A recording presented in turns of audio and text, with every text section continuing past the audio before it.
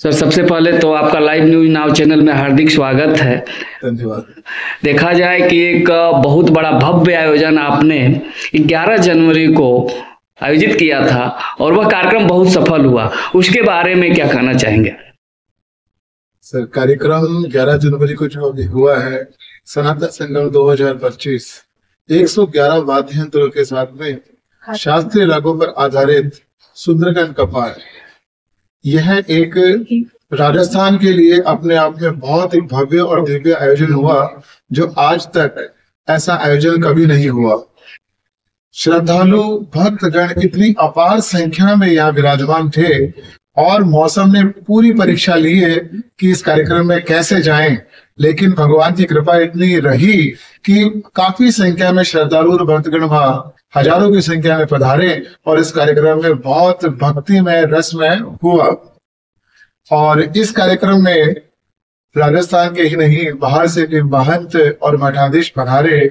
बलराम आश्रम जिसे वहां के वेद पाठी विद्यार्थी और वहां के शिक्षकगण भी पधारे, हमारे बाल लोकाचार्य जी महाराज वह भी पधारे और निवाई से हमारे प्रकाश दास जी महाराज जी पधारे और उन्होंने भी वहां भजनों से भगवान राम की हाजिरी लगाई।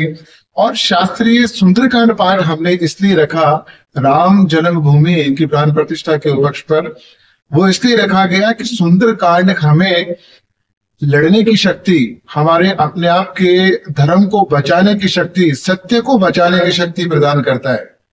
जो निर्बल हो जाता है तो प्रभु श्री राम का जो सुंदरकांड है रामचरितमानस में, ये सुंदरकांड इसलिए है क्योंकि इस सुंदरकांड में सारी बातें सुंदर है। माता सीता को बहुत दुखी मन था अशोक वाटिका में, हनुमान जी महाराज सुंदरकांड के में वहां पधारे और माता सीता को दुख में सुख की घड़ी का अनुभव प्रदान किया मुद्रिका देकर। यह सुंदरकांड हमें सिखाता है कि डरना नहीं है, अगर आप सत्य पर हो तो आपकी जीत अवश्य होगी, प्रभु आपके साथ में है।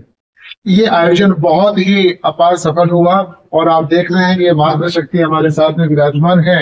इन्होंने एक क्षण भी नहीं गंवाया, अपने निजी काम भी इन्होंने छोड़कर इस कार्यक्रम के लिए, प्रभु श्री राम की भक्ति के लिए पूरा समर्पण दिया। इनकी मातृ शक्ति को कोटि कोटि वंदन करता हूँ, मैं प्रणाम करता हूँ। और हमारे साथ में ब्रिज किशोर जी भाई साहब रहे, यह इन्होंने पूरा तन मन धन समय कुछ भी नहीं रखा, यहाँ तक कि अपनी ड्यूटी भी, सरकारी ड्यूटी भी इन्होंने अपनी कैंसिल करवाई कार्यक्रम के लिए कई बार कि मुझे भगवान राम के कार्यक्रम में जाना है, सारे काम बाद में, पहले इसको करना है। तो इन सभी के लिए मैं बहुत भक्ति भाव से वंदन करता हूँ। आज हमारे बीच अनीता स्वामी जी हैं जो किसी परिचय के मुहताज नहीं है। देखा जाए कि इन्होंने इस भव्य आयोजन में अपना पूरा तन मन धन और पूरा समय लगा दिया, तो आप क्या कहना चाहेंगे?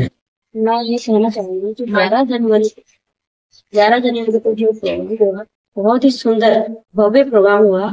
उसमें संगीत में जो सुंदरकांड हुआ वो बहुत ही भव्य सुंदर था। और इस कार्यक्रम में जो प्रकाश दास जी महाराज आए, उन्होंने भी बहुत अच्छे भजनों का गायन किया। उससे हम लोग बहुत ही खुश हुए, आनंदित हुए। और बाल ब्रह्मचारी भी पधारे, उनका भी बहुत बहुत धन्यवाद। और जो आम जनता जो आई हमारे प्रोग्राम में, उनका भी बहुत बहुत धन्यवाद। सब लोगों ने अच्छा सहयोग दिया। लाइव न्यूज नाउ चैनल को क्या संदेश देना चाहेंगे? चैनल को संदेश देना चाहिए कि ऐसे कार्यक्रमों को हमेशा जनता के सामने दिखाया जाए और उसको आगे इस कार्यक्रम को बढ़ाया जाए। भारतीय प्राचीन संस्कृति में धर्म नाम की चीज कोई थी तो वो सनातन धर्म था, एक ही धर्म था। बाकी ये तो आजकल लोगों ने अपने अपने मजहब में इसको बांट दिया, वो हम इंसानों की देन है। लेकिन जो संस्कृति में, शास्त्रों में, जो वेदों में जो बखान है, वो एक सनातन धर्म है, सिर्फ एक ही धर्म है। उसी की रक्षा के लिए, हिंदुत्व की रक्षा के लिए, हिंदुत्व की एकता के लिए इस कार्यक्रम का हमने आयोजन किया और इसकी अपार सफलता भी आपके समक्ष है, देखने को मिल रही है। हजारों की संख्या में श्रद्धालु पधारे हैं, राजस्थान ही नहीं, कोई एमपी से, कोई महाराष्ट्र से, कोई कहां से, सभी देश के चारों कोनों से यहाँ पर पधारे श्रद्धालु। जयपुर संगीत महाविद्यालय की तरफ से क्या लोगों को संदेश देना चाहेंगे? जयपुर संगीत महाविद्यालय की तरफ से मैं यही संदेश देना चाहूंगा। कार्यक्रम में आपने देखा 111 वाद्य यंत्र थे, जिसमें सितार, गिटार, तबला, मृदंग, सभी तरह के वाद्य यंत्र थे। और सुंदर कांड को सुंदर तरीके से प्रस्तुत किया जाए। मतलब भगवान का जो भी कार्य हो उसको शास्त्रीय रागों पर आधारित करके किया जाए तो उसका मेरे हिसाब से इफेक्ट 4 गुना बढ़ जाएगा। आप किसी भी काम को करें तो एक सुंदर तरीके से करें तो उसका इफेक्ट बढ़ता है। सुंदरकांड एक सुंदर नाम के पर्वत से शुरू होता है और उसका समापन सुंदरकांड का वो भी सुंदर पर्वत पर ही समापन होता है। ये रहस्य शायद किसी को पता नहीं होगा, ये जानकारी। देखिए, शुरुआत हुई संगीत महाविद्यालय से। जयपुर संगीत महाविद्यालय में अगर ये आयोजन ही नहीं रखा होता तो हम लोग मेहनत कहाँ करते। रही बात, हम लोग काम कर रहे थे हमारे सनातन धर्म और हिंदुत्व के लिए, तो जहाँ पे ये दोनों चीजें आती हैं हमारी मातृशक्ति वहां पे जरूर होती है। तो मातृशक्ति जरूर इसके लिए धन्यवाद की पात्र है कि उन्होंने बहुत बढ़ चढ़ के काम में आगे अपना हिस्सा लिया। पर साथ में मैं राम शर्मा जी का बहुत धन्यवाद करना चाहूंगी कि उन्होंने ये आयोजन के लिए सोचा, उन्होंने ये आयोजन सोचा और ये बहुत भव्य तरीके से हुआ। तो ये हम सबका साझा प्रयास था और मैं उम्मीद करती हूँ कि आगे भी हम सब लोग मिलकर ऐसे ही काम करते रहेंगे। धन्यवाद। और आप हाई कोर्ट में एक अच्छे मुकाम पर हैं और आप पर्चे के मुहताज नहीं हैं, लेकिन यह जो एक 11 जनवरी को इतना बड़ा भव्य आयोजन किया गया था, इसके बारे में आप क्या कहना चाहेंगे? देखिए, 11 जनवरी को जो एक भव्य आयोजन हुआ वो राम मंदिर जो अयोध्या में निर्माण हुआ उसकी प्राण प्रतिष्ठा को लेके ये वाला आयोजन किया गया, जो शायद पूरे भारतवर्ष में हुआ है इस तरह के आयोजन कहीं। लेकिन जो ये 11 जनवरी को आयोजन हुआ एक बहुत ही अनूठा आयोजन था। इसमें जो राम शर्मा जी हैं, इन्होंने जो एक सुंदरकांड का एक संगीत में पाठ किया है और किस शैली में किया है, मैं एक बार वो मतलब कौन सी एक होती है कि कौन सी राग थी, वो अलग अलग रागों में जो किया, जैसे हमने कोई 1-2 राग मैंने भी सुना है सुंदरकांड का, तो उसमें इन्होंने किया वो इतना मतलब शालीनता भरा, इतना आनंदमय और रोमांचक था कि सुनने वाले कहे कि सुंदरकांड हो तो ऐसा होना चाहिए। तो इस तरह के जो आयोजन है, और ब्रज किशोर जी हैं, ये इतना बढ़ चढ़ के इन्होंने इतना सहयोग किया, सब महिलाएं मातृशक्ति ने किया। तो हमारा यही कहना है कि इस तरह के आयोजन होते रहने चाहिए ताकि अपने सनातन जो धर्म है उसकी नींव यही है। और सुंदरकांड में तो उस दिन कहते हैं बहुत बारिश, काफी बारिश हो रही थी, तो मैं इसके लिए एक चौपाई कहना चाहूंगी। पवन तनय बल पवन समाना, बुद्धि विवेक विज्ञान निधाना, कवन सो काज कठिन जगमाई, जो यही हो तात तुम पाई। तो कौन सा कार्य ऐसा है जो कठिन है, जो बजरंग बली नहीं कर सकते? तो बजरंग बली ने उस दिन देवताओं ने पुष्प की बारिश की, इसीलिए बारिश हुई क्योंकि राम जी पधारे थे, राम जी के मंदिर की प्राण प्रतिष्ठा थी, राम लला के मंदिर की प्राण प्रतिष्ठा का आयोजन था, तो वो तो होना ही था। बट जो आयोजन हुआ वो इतना भव्य हुआ कि बजरंग बली ने वो आयोजन भव्य, क्योंकि उसके तो कोई काम ऐसा है ही नहीं जो कठिन हो। तो मैं यही कहना चाहूंगी कि इस तरह के आयोजन होते रहे, बहुत अच्छे सनातन संस्कृति और धर्म से सब लोग जुड़े रहे। राम शर्मा जी का, ब्रज किशोर जी का मैं बहुत बहुत धन्यवाद व्यक्त करना चाहूंगी। इस तरह के आयोजन आप भविष्य में भी करते रहें और हम लोगों को भी अपने साथ जोड़े रखें। बहुत बहुत धन्यवाद। आप एक बार मैडम परिचय बता दें अपना। मेरा नाम दया शर्मा, मैं अधिवक्ता राजस्थान उच्च न्यायालय में हूँ। हार्दिक स्वागत।